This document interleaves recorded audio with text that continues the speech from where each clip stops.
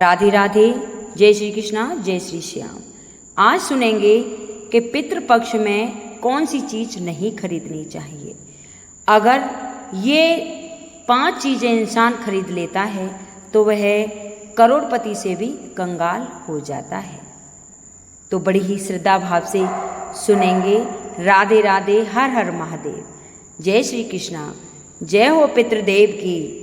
दोस्तों, हिंदू धर्म में पितृपक्ष का बहुत ही खास महत्व होता है। ऐसा कहा जाता है कि जो व्यक्ति पितृपक्ष में इन चीज़ों को खरीद लेता है उसे बहुत सारी दिक्कतों का सामना करना पड़ता है, क्योंकि पितृपक्ष में बहुत सारे शुभ कार्य विलंब भी नहीं किए जाते हैं। तो आपको भी भूल कर भी पितृपक्ष में इन चीज़ों को नहीं खरीदना चाहिए।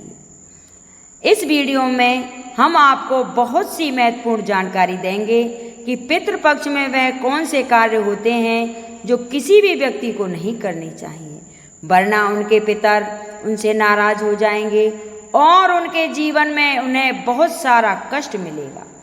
क्योंकि जब हमारे जीवन में पितर हमसे नाराज हो जाते हैं तो हमें पितृदोष लग जाता है कि जिस वजह से हम अपने जीवन में हर प्रकार की परेशानियों का सामना करना पड़ता है।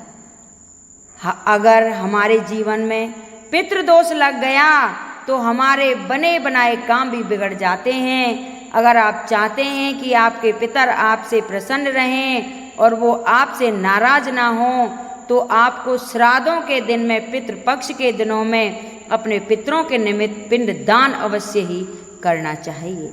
इससे आपकी पितृपक्ष आपसे खुश रहेंगे और उन्हें तृप्ति मिल सकेगी। ऐसा कहा जाता है कि पितृपक्ष के दौरान हमारे मृत पूर्वजों पितृलोक से हमसे मिलने के लिए धरती पर आते हैं और अपने परिजनों के बीच रहकर अन्न और जल को बड़े ही प्रेम से ग्रहण करते हैं। जब पितृदेव हमारे घर में देवता के रूप में आते हैं जो हमारे घर की रक्षा किसी कवच के समान करते हैं।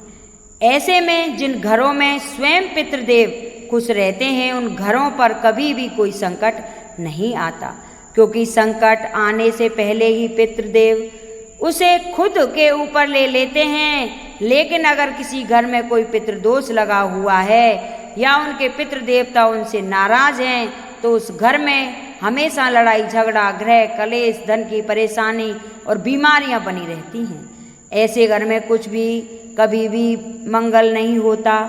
पितृपक्ष के 16 दिन अपने पितरों की खुश करने के लिए ही होते हैं। इन पितृपक्ष में हर व्यक्ति अपने पितरों को आसानी से खुश कर सकता है, लेकिन आपको कैसे पता लगेगा कि आपके घर में पितृदोष है? तो दोस्तों, आज की इस वीडियो में हम इसी विषय में आपको बताएंगे। साथ ही आपको यह भी बताएंगे कि कैसे आप पता लगा सकते हैं कि आपके घर में पितृदोष है या नहीं। किसी तरह से आपको लक्षण दिखाई देंगे और क्या क्या उपाय आपको करने होंगे, इस वीडियो में हम आपको पूरी जानकारी देंगे। दोस्तों, सबसे पहले हम आपको बता दें कि यह जो भी जानकारी है इसका उल्लेख शिव पुराण में बड़े ही विस्तार से किया गया है। बस हम आपके सामने इस आसान भाषा में रख रहे हैं, जो आइए जानते हैं कि इसे विस्तार से सुनिए। श्राद्ध पक्ष यानी पितृपक्ष की शुरुआत 17 सितंबर मंगलवार से हो रही है और इसका समापन 2 अक्टूबर को हो जाएगा। इस बीच आपकी सारी तिथियां आ जाएंगी, जैसे द्वितीया, तृतीया, चतुर्थी, पंचमी, प्रदोष, एकादशी आदि। ऐसे में जिन दिनों में आपके पितर इस दुनिया को छोड़कर गए थे उसी दिन आपको उन्हें श्राद्ध से श्राद्ध करना है। अगर आपको तिथियां पता नहीं है तो आप इसे अमावस्या के दिन भी कर सकते हैं। इन 16 दिनों में ऐसी कौन सी गलतियां होती हैं जो नहीं करनी चाहिए और कौन से उपाय हैं जो आपको अवश्य करने चाहिए। इससे आपके पितृदेवता आपसे खुश रहेंगे और आपके हर एक परिवार के सदस्यों की उन्नति होती रहेगी। पितृपक्ष के दौरान हमें कुछ नियमों का पालन करना आवश्यक है, जैसे पितृपक्ष के दौरान भूलकर भी दाढ़ी के बाल नहीं कटवाने चाहिए। बड़े बुजुर्गों से बहस नहीं करनी चाहिए। इसके साथ ही कुछ ऐसी वस्तुएं भी होती हैं जिनको पितृपक्ष के दौरान भूलकर भी नहीं खरीदना चाहिए, क्योंकि यह बिल्कुल भी सही नहीं माना जाता है। तो चलिए जानते हैं उन वस्तुओं के बारे में कि बिना देरी के वीडियो को शुरू करते हैं। पितृपक्ष के दौरान नमक का दान करना बड़ा ही महत्वपूर्ण माना जाता है। इस दौरान नमक का दान आप कर सकते हैं, लेकिन आपको पितृपक्ष के दौरान नमक को भूलकर भी नहीं खरीदना चाहिए। इस समय नमक को खरीदना बहुत ही अशुभ माना जाता है। श्राद्ध शुरू होने से पहले आपको अपने घर में नमक खरीदकर रख लेना चाहिए।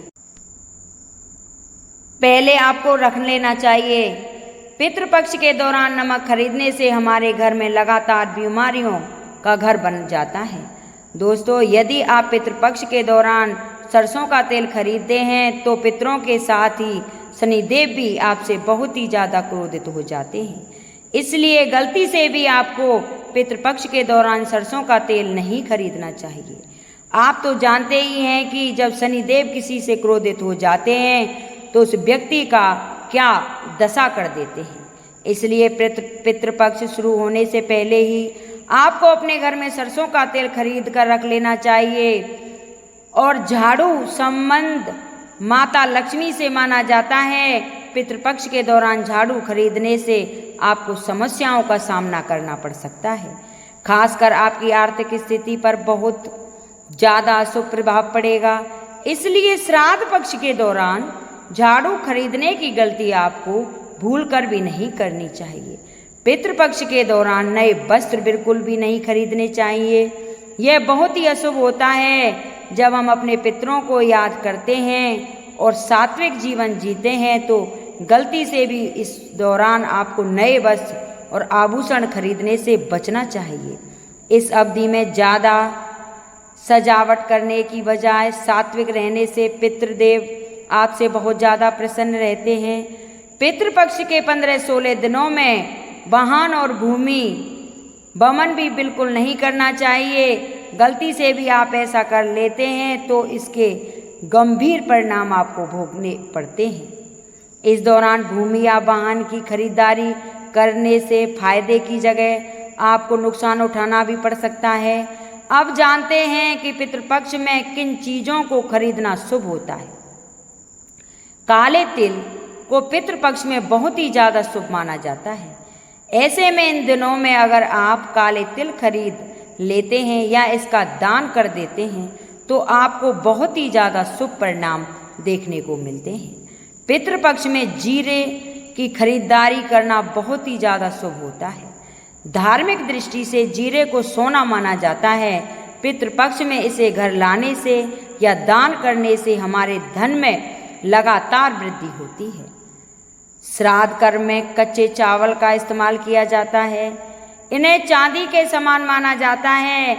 ऐसे में इन दिनों में चावल घर लाना बहुत ही ज़्यादा शुभ होता है। इससे हमारे जीवन की परेशानियां दूर होती हैं। चमेली का तेल शास्त्रों के अनुसार कहा जाता है कि अगर पितरों को चमेली का तेल अर्पित किया जाए तो वह इससे तृप्त हो जाते हैं। ऐसे में पितृपक्ष के दौरान चमेली के तेल को घर में लाना या दान करना हमारे लिए बहुत ही शुभ परिणाम देने वाला होता है। पितृपक्ष में जहां खुद के लिए नए कपड़े खरीदने ही मनाही है, वहीं पितरों के निमित्त के लिए इस दौरान नए कपड़ों को खरीदना बहुत ही शुभ माना जाता है। इससे पितर बहुत ही जल्दी प्रसन्न हो जाते हैं और आशीर्वाद भी देते हैं, जिससे हमारे जीवन में बिगड़े कार्य में सफलता मिलती है। लेकिन ध्यान रखना कि इस दौरान खरीदे गए कपड़ों को ब्राह्मण को दान कर दें, खुद का इस्तेमाल भूलकर भी ना करें। दोस्तों, पितरों को खुश रखने के लिए सफ़ेद फूलों का उपयोग किया जाता है। ऐसे में अगर पितृपक्ष के दौरान घर में सफ़ेद फूल लाते हैं तो इससे पूर्वज बहुत ही खुश हो जाते हैं और अपना आशीर्वाद आपके ऊपर बनाए रखते हैं, जिससे आपके जीवन की तमाम परेशानियां दूर हो जाती हैं। आप सभी को बता दें कि पितृपक्ष के इन दिनों में कुछ खास कार्य करने की मनाही होती है। ये कार्य पितृपक्ष में करना वर्जित माने जाते हैं। अगर आप गलती से भी इन दिनों में कुछ खास कार्य करने की मनाही होती है, ये पितृपक्ष के दौरान वर्जित माने जाते हैं। अगर आप गलती से भी इनमें से किसी भी कार्य को करते हैं तो पितृ आपसे नाराज हो सकते हैं, जिससे आपको बुरे परिणाम का सामना करना पड़ सकता है और आपका जीवन दुर्भाग्य में बदल सकता है। पितृपक्ष के इन 16 दिनों तक आपको भूलकर भी तामसिक चीज़ों का सेवन नहीं करना चाहिए। साथ ही आपको लहसुन, प्याज, मांस, मदिरा और नशे से दूर रहना चाहिए और तन मन को श्रद्धा रखना चाहिए, नहीं तो आपके पितरों के क्रोध का सामना करना पड़ सकता है। पितृपक्ष में किसी से भी झूठ नहीं बोलना चाहिए। इसके अलावा किसी को अपशब्द भी नहीं कहने चाहिए। सट्टा खेलना, किसी के साथ छल कपट करना, इस तरह के कार्य भी नहीं करने चाहिए। अगर आप ऐसे करते हैं तो पितृ नाराज हो जाते हैं, जिससे आपको कठिनाइयों का सामना करना पड़ सकता है।